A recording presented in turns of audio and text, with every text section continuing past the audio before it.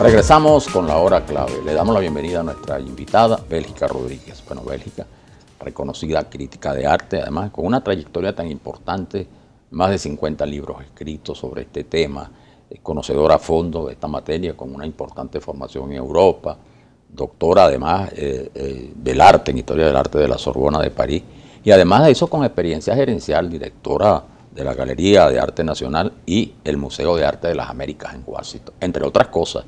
Bienvenida, Bélgica. Bueno, te faltó decir que yo comienzo toda esta historia en 1964, febrero, en el Ateneo de Caracas. Ah, bueno, me parece muy bien, un gran inicio además. Fue perfecto. Bueno, es un placer, ¿verdad?, conversar Muchas contigo. Gracias. Tenía mucho interés en tu opinión tan importante, tan autorizada, una visión sobre las artes plásticas de Venezuela en este momento, a partir del hecho de que existe una gran tradición en relación a lo que ha sido el desarrollo y la expansión de las artes gráficas venezolanas. Bueno, voy a comenzar, como de rigor, muchísimas gracias por eso. Voy a comenzar con una chuletica citando al maestro Carlos Cruz Díez.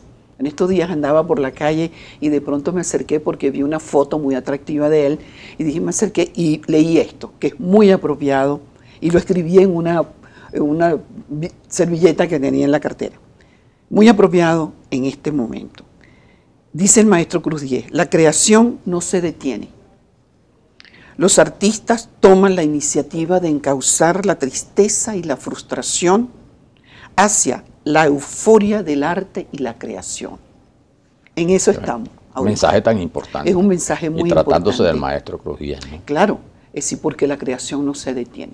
Si bien se maneja, si los artistas cuando me dicen de pronto, bueno, es que el arte ha muerto, no, el arte nunca muere. Esto no es posible, y no solo en las artes visuales, sino también en la música, vemos claro, en la literatura. Lo que se diría en la creación. Exacto, en la creación en general.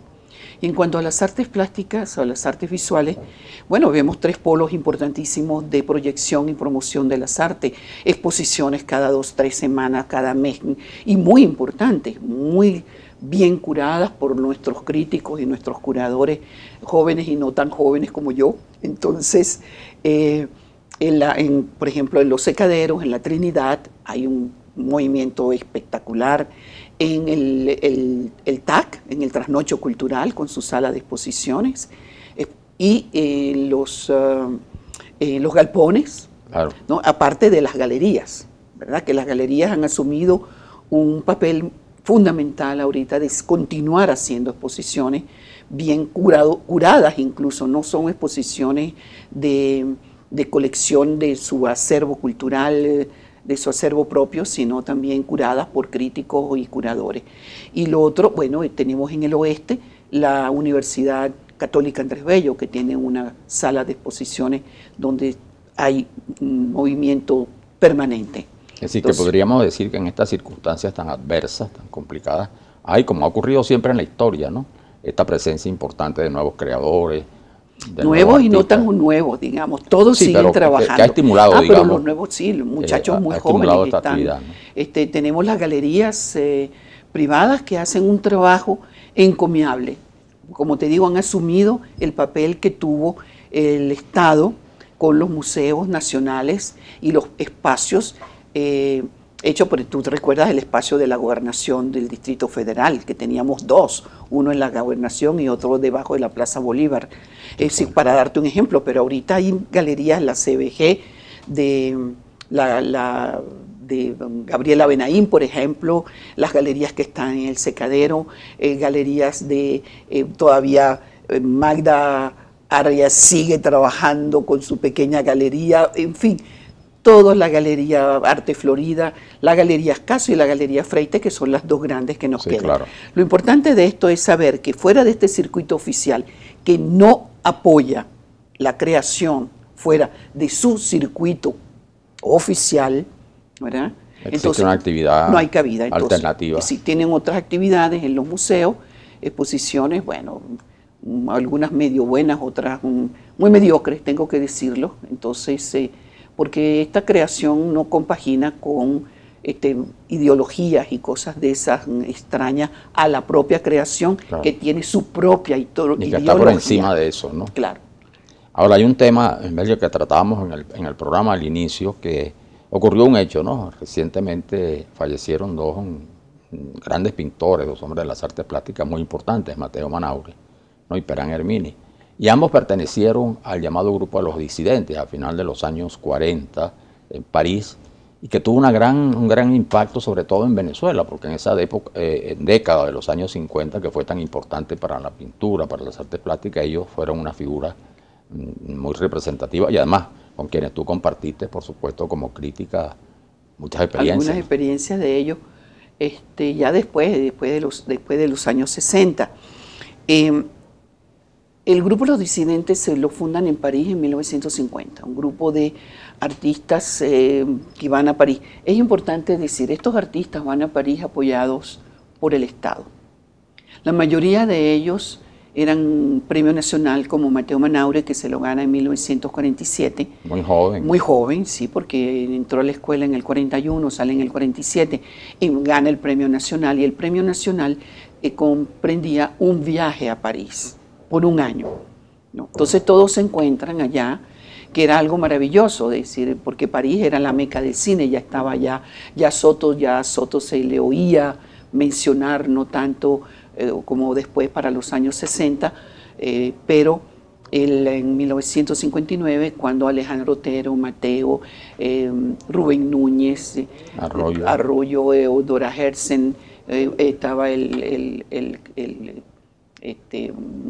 filósofo, ahorita no me recuerdo, Guillén Pérez, en fin, todo ese grupo, ellos vienen de la Escuela de Artes Visuales, de Artes Plásticas Cristóbal Rojas. Es importante acotar que la Escuela de Artes Plásticas Cristóbal Rojas de Caracas y la mayoría del interior eran generadores de un profundo conocimiento de la historia del arte moderna y contemporánea. Tenían profesores como Fabiani, Antonio Mundo Monsanto, que fue la estrella también de ese grupo. Y algo que yo siempre he opinado, que cuando sacamos a los artistas de su país o de nuestro país, tienen que ir formados. Y eso se lograba en aquel momento. Y eso se lograba en aquel momento, gracias al conocimiento y a información que adquirí y destreza, ¿no? Y eso explica de alguna manera el reconocimiento que obtuvieron en París. Totalmente. Con lo exigente que bueno, siempre ha sido y lo es, pero en aquel momento particularmente, ¿no? Totalmente, eso es la clave. Eran los aires de la posguerra. Porque ellos, claro, pero París surge como el gran centro hegemónico del arte después de la Segunda Guerra Mundial. Ellos llegan a mediados de los 40, y bueno, allí comienzan a trabajar porque estaban bien informados y formados, es decir, gracias al Estado venezolano. Eso es muy importante. Sí, eso es muy importante.